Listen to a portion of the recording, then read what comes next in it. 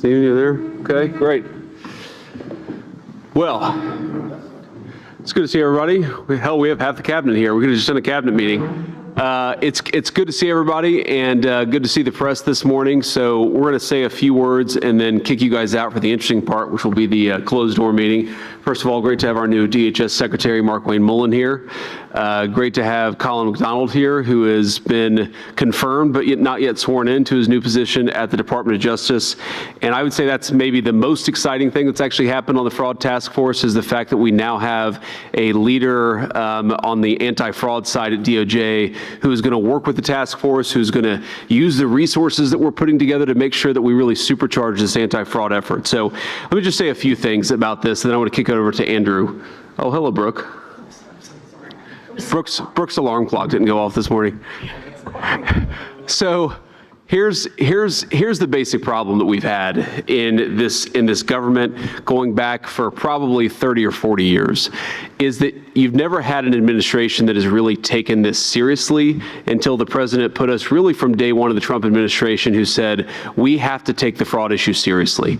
And a lot of the anti-fraud protections that existed in our government for a very long time were actually turned off by the Biden administration. So we think fraud has been a problem for a long time. It became a massive, massive problem under the Biden administration. We're going to do a number of things. First of all, we're going to turn back on those anti-fraud protections so that all of these cabinet officials are looking at what's going on and focusing on it. The second thing is that we're going to take a whole of government approach. So much of what's going to make the anti-fraud task force work is that we're communicating across different departments.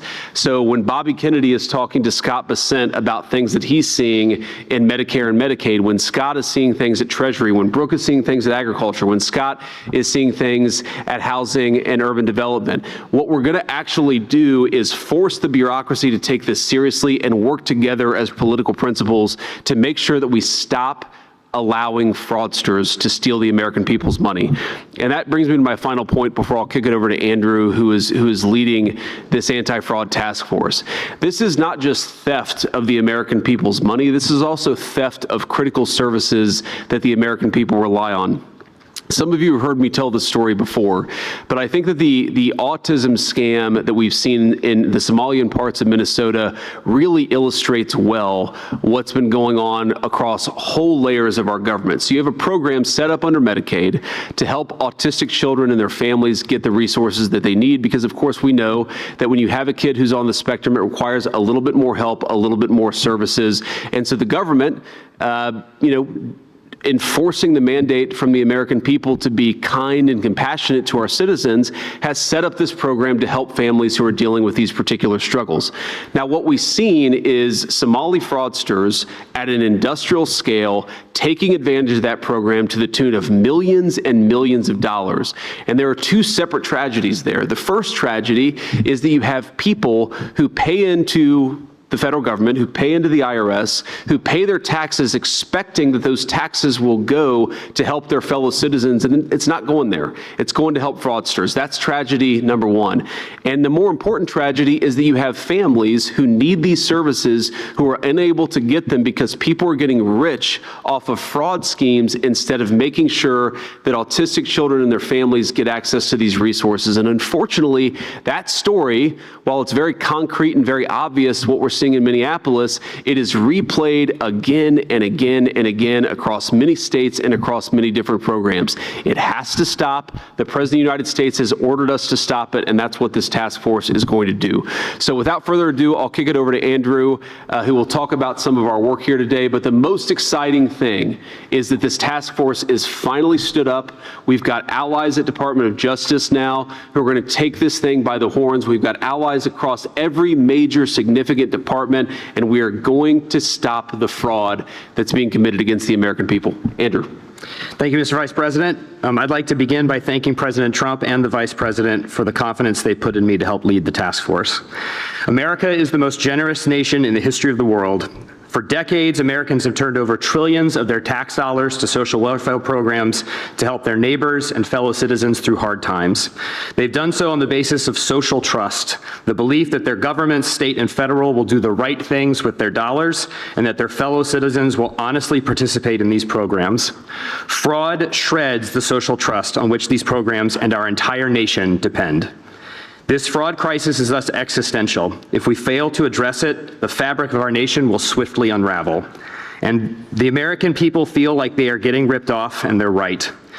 As the President's executive order establishing this task force declared, extensive, undetected fraud can only exist in a system that ignores it. And fraud is indeed easy to ignore when grasping politicians are in on the con. For years, the Biden administration and its allies in Democrat-run states knew of this corruption in our federal benefits programs and did nothing about it. Their failures have robbed every American citizen of their tax dollars, but even worse, they've deprived American citizens who actually need these services. Every dollar diverted to a fake hospice or a fake autism center, every dollar paid to an upcoding hospital deprives an American citizen who needs these essential services.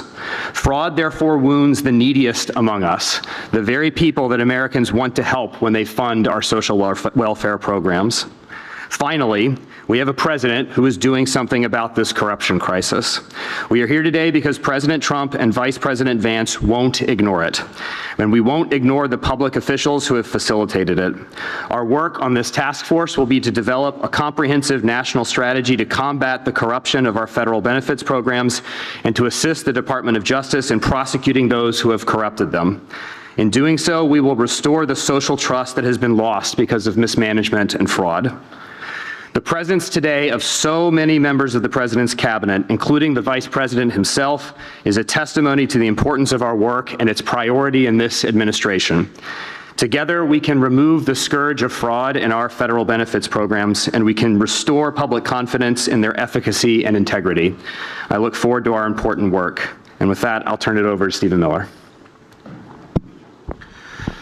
Thank you, Andrew, and thank you to the Vice President for your leadership in establishing this task force and for gathering us all here today.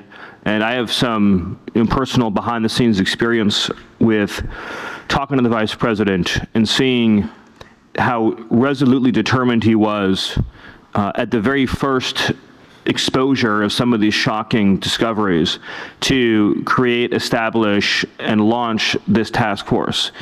And if you knew what I knew about the people at this table, you would understand just how committed this government, this administration is to ending this massive theft of American taxpayer dollars. The people at this table are all united in absolute determination to stop this plague of fraud, criminality, and abuse. I think what's important for Americans to understand about how pervasive and widespread the fraud is that all of our systems were set up and established for a high-trust society. I think that most citizens probably assume that there's some verification process that takes place for the receipt of most federal benefits. The reality is that there is not. This is particularly true in blue states, willfully true in blue states, in which all of these programs are operated entirely on the honor system. No verification takes place before individuals are enrolled in or receive these benefits.